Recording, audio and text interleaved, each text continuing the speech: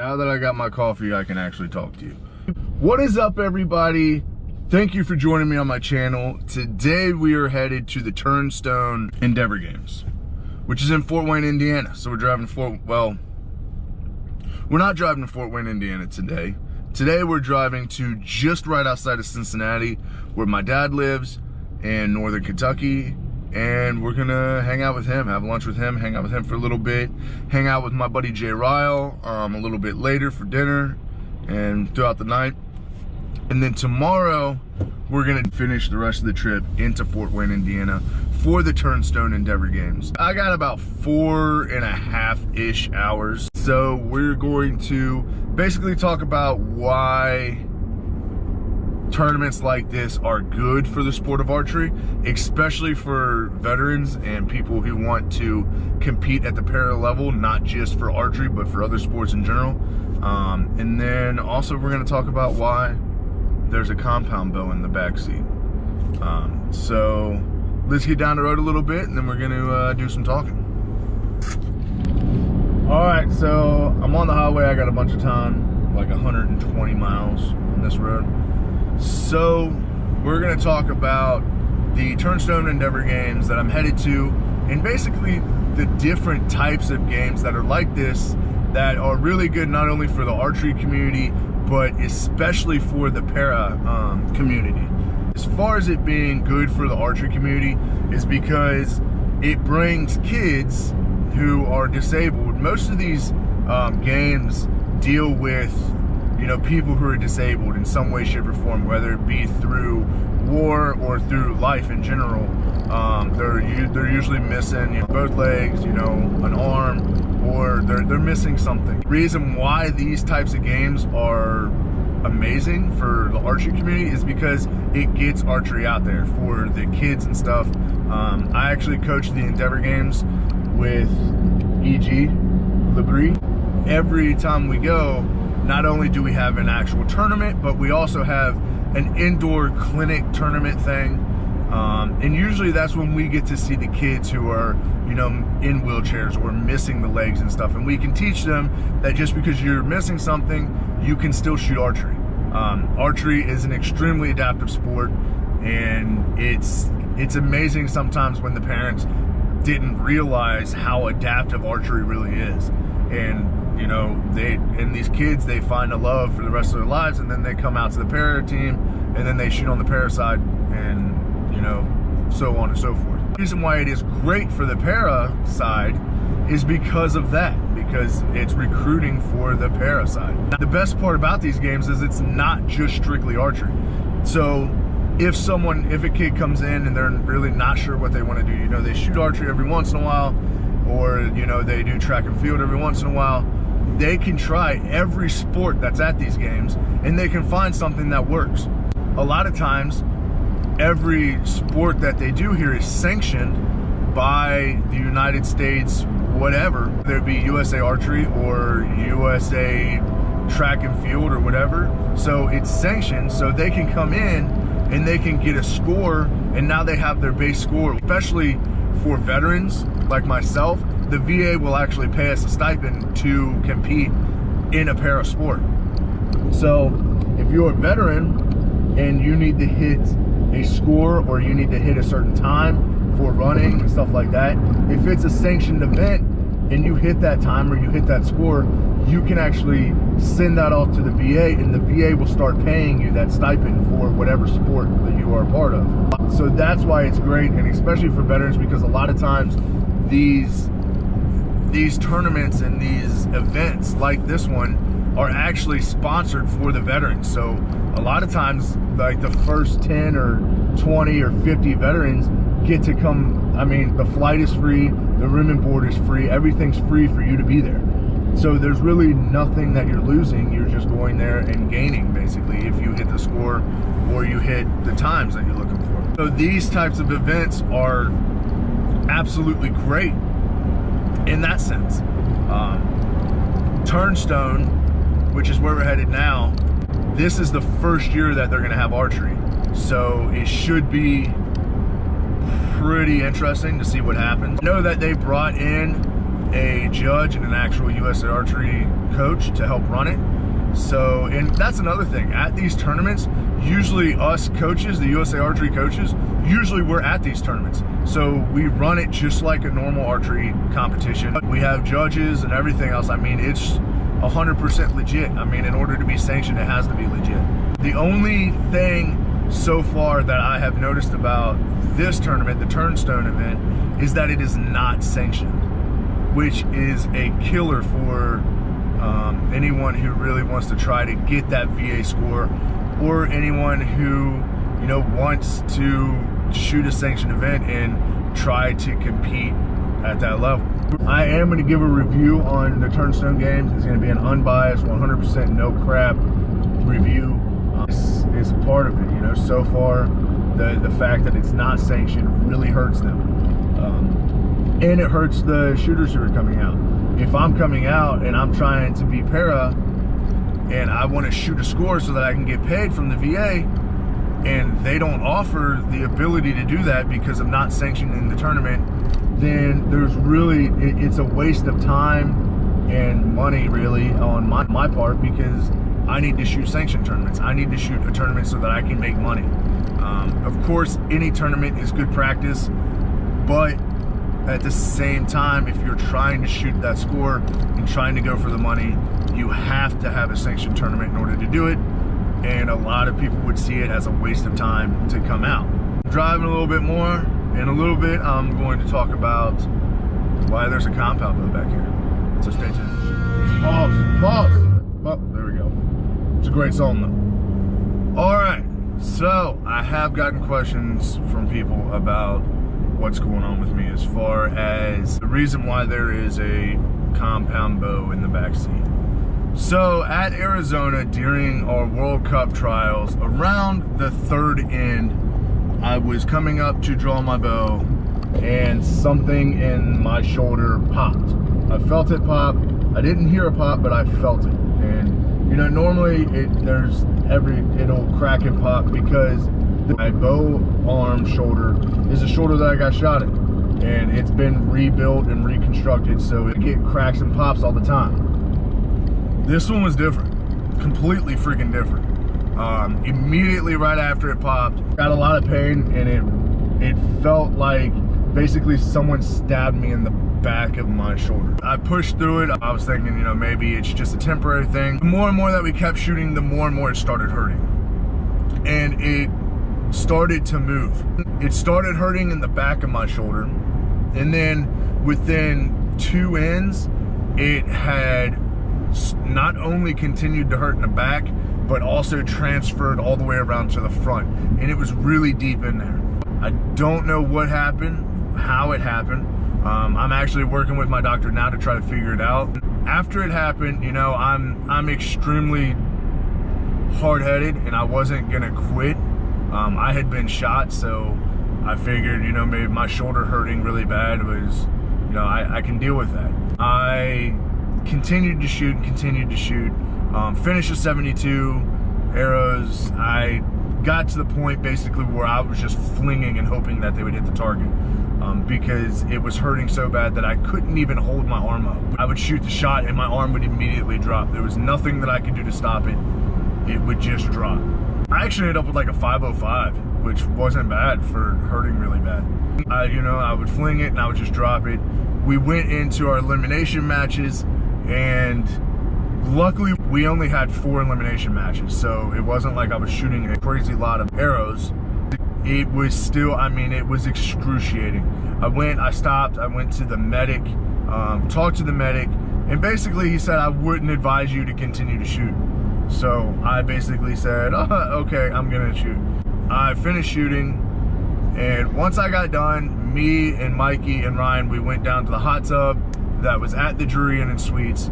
And you know, I thought maybe that, you know, taking some medicine and going to the hot tub and getting heat on it would kind of calm it down and relax it, the inflammation and stuff. So I went down, got in the hot tub, you know, let it soak for a good while. I ended up feeling decent. When I woke up, I felt good. My shoulder didn't hurt. I took another day off when I got home back to Nashville took another day off. And then that next day, I was stretching and everything, and then when I went to start shooting the recurve, I made it 3 ends before I was in so much pain that I just couldn't do it anymore. I wanted to see, you know, maybe it's something that I'm doing form-wise with the recurve. So I moved to my compound bow to shoot the compound, and I had no pain at all. I know some of you are confused. I am still confused about it. EG is confused about it. We don't understand why I don't get pain with the compound bow, but I get excruciating pain with a recurve bow. It does not make any sense. It shouldn't be possible. It should be the same shot, the same form and everything from the recurve and the compound. Everything should be the same, but something's not. Something's different because I don't get any pain with the compound.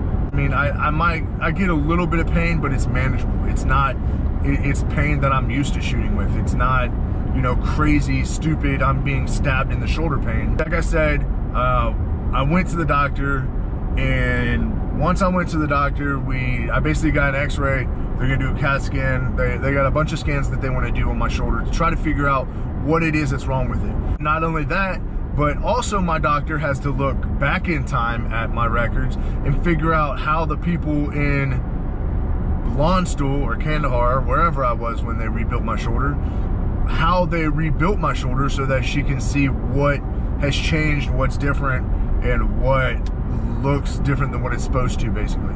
Because everything's been changed in there anyhow, so it's gonna look different, so she has to go back and check and see how they rebuilt the shoulder. That's why there's a compound bow in the back. I unfortunately am having to switch back to the compound. I figured eventually with the way that my shoulder was built, I would have to eventually switch back anyhow, but I figured that it would be like when I'm old and decrepit and, you know, can't move my shoulder anymore. I didn't think that an injury would be the reason why I can no longer shoot recurve, which really sucks. At the same time, it also opens up, you know, the other types of archery that I really wanted to show you guys and really wanted to get into. I wanted to get in more into the 3D and the field and stuff like that, and with my compound bow, I can do that. It is not an Olympic recurve class in 3D, so it was hard for me to get in there.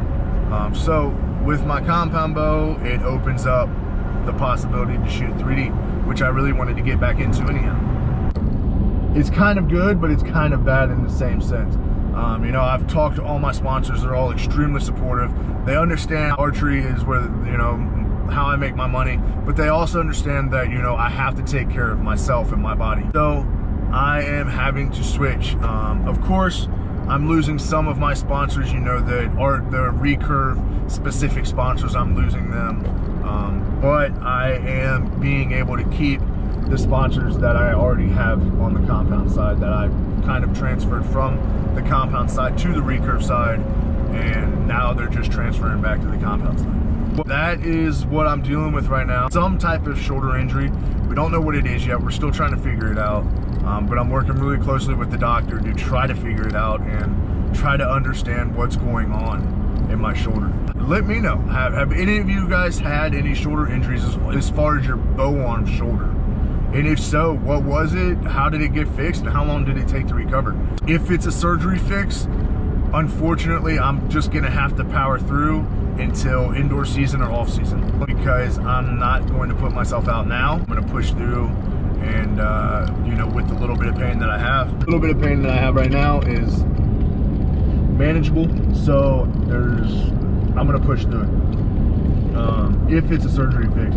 Hopefully, I pray to God that it's just like a, you know, take this pill and it'll make it better fix. That would be amazing. But usually when it comes to shoulders and archery, it's a surgery fix.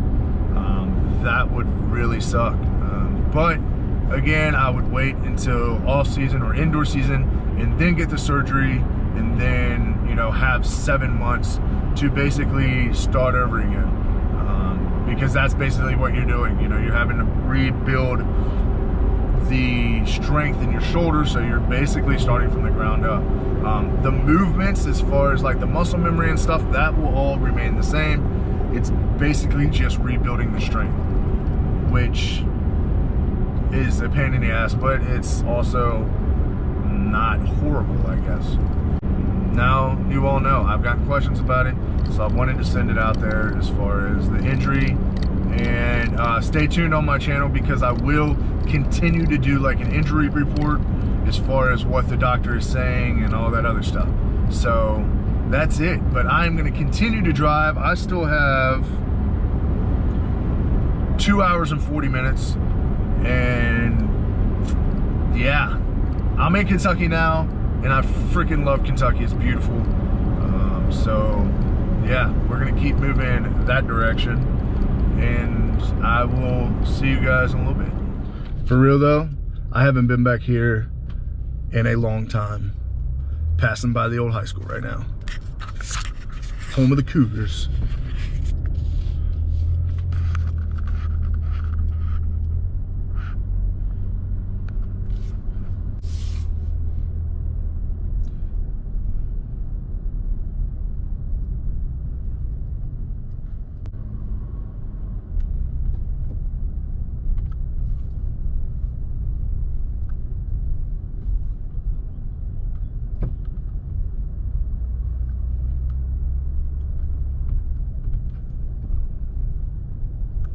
Oh, remember those days?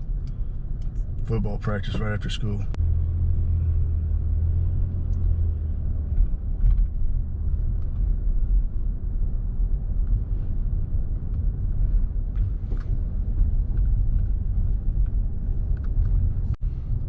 The school has not changed at all.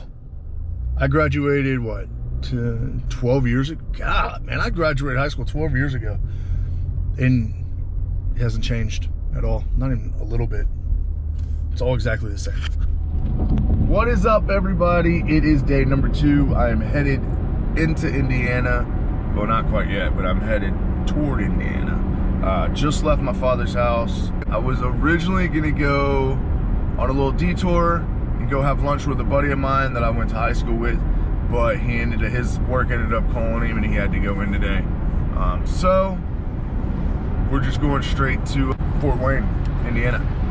It is raining, which hopefully, I pray to God it's not raining in Indiana, because the last thing I want to do is shoot a damn tournament in the rain. I am not a huge fan of shooting in the rain at all. I hate just standing there and getting soaking wet and feeling like a wet dog. I hate it. We're trying not to get in a wreck first. Stand by. All right, so we are headed toward Fort Wayne. Got about 3.5 hours-ish till we get there. It's pretty early and I am starving. So, first things first, we gotta get some food. I need some coffee. Yes. So, I'm gonna try to find somewhere to eat and get some coffee and watch this semi take out 3 different cars. All right, so if you watched my ATA video, you know that there are certain restaurants that I have to stop at when I come into town, right? Skyline, Gold Star, any of the Cincinnati Chili's, I have to stop at least one of them and get that. Another one, boom, Frisch's. I mean, it's like a Shoney's, but at the same time, like, it's only within like Cincinnati, Northern Kentucky area, so it is absolutely freaking delicious.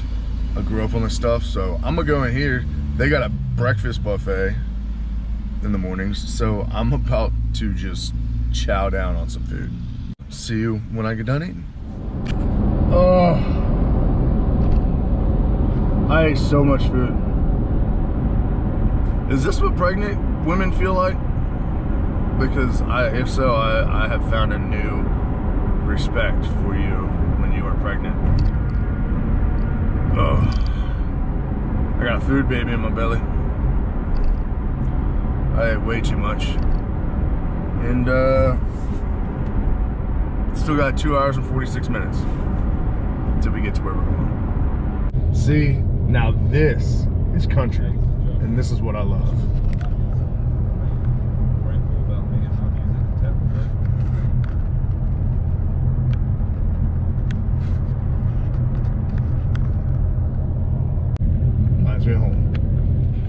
All right, so I finally made it to the hotel. I feel like I've been driving forever. I've loved the drive out here though. All the country roads, it was amazing. Felt like home. Here at the hotel, I'm gonna go in, get situated. It's supposed to rain and I completely forgot all my rain gear, so I think I'm gonna run to Dick's or whatever sporting goods stores around here and try to find a semi-decent rain gear, because I do not want to be standing out in the rain just soaking it all in. Maybe try to find a range around here and do some shooting. I don't know, we'll see, but stay tuned. All right, what is up everybody? Good morning. It is a new day.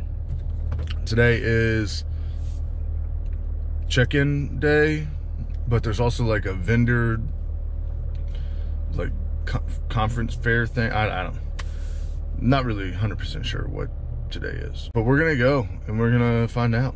I don't know. And I also want to try to see if the archery venue is open, possibly get some shots in today.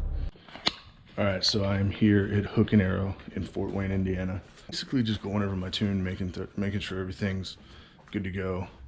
I just re-paper tuned and shooting good. The bow's shooting good. So I'm gonna hang out here. I'm gonna shoot a little bit. All right, so basically now that I have a bullet hole, I have to work on my releases. So this is my normal release that I use all the time. This is my backup release. They're the same exact release. The only thing that's different is this bar. Unfortunately, my normal release is starting to, the wires are starting to come out, which in turn is actually cutting my face right here. So until I can get to a place where I can fix that, I have to shoot the backup release. But this has never been fixed to where I need it. So that's what I'm working on right now. Yeah.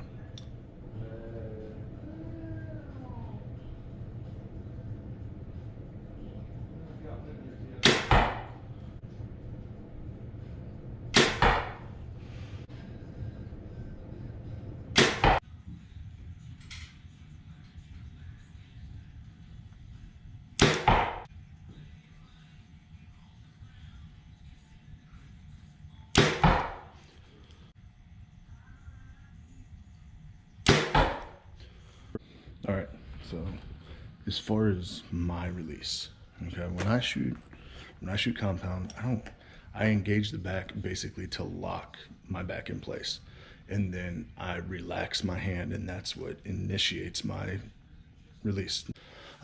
Everybody shoots releases differently. A lot of people like them really hot, a lot of people like them really cold. I'm more on the spectrum of having a really hot release. I like it to go off when I relax my hand and it goes. That way I'm not having to focus on back tension, I'm not having to focus on any of that. I'm just focusing on holding it on target and then just naturally relaxing. So that's how I shoot mine. A lot of people like it really cold, to where they really have to get in their back and really pull. I'm not that person. So yeah, so that's what I'm looking for in my release. It's almost there. Maybe just one small adjustment and it'll be good to go.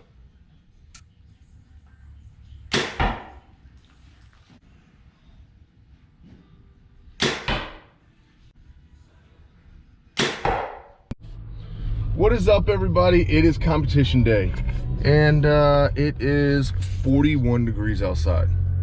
So with a nerve injury, a lot of people don't know that the part that is affected, the nerves that are affected, is extremely sensitive to heat and cold, mainly cold. Cold is, for me, cold is the worst. I mean, the heat isn't as bad, but the cold is very bad. There will come a time when if it gets cold enough, if my hand gets cold enough, it will actually lock up and my fingers will stop working and stop moving, and that really sucks.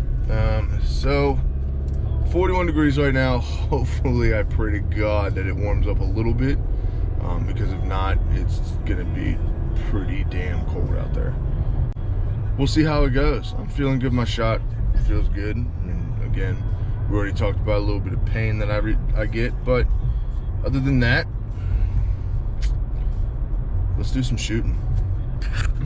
All right, so the tournament is over. Ended up taking first place.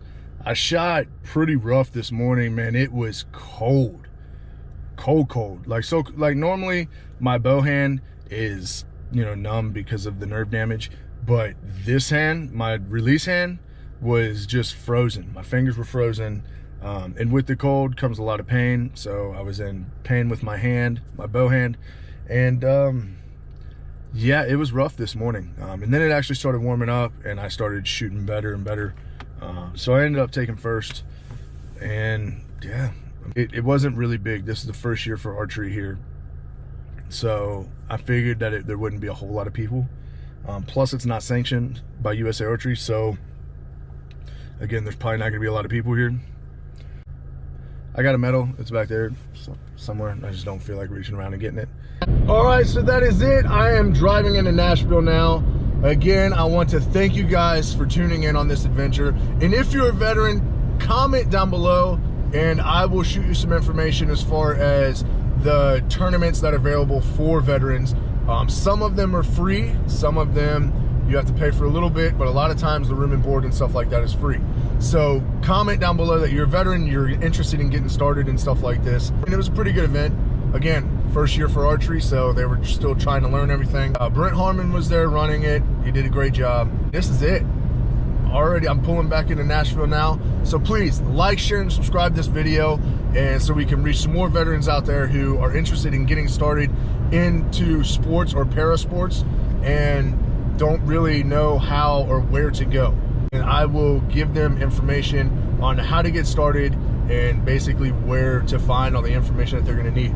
So thank you guys again, and I appreciate every single one of you, and I'll see you next time.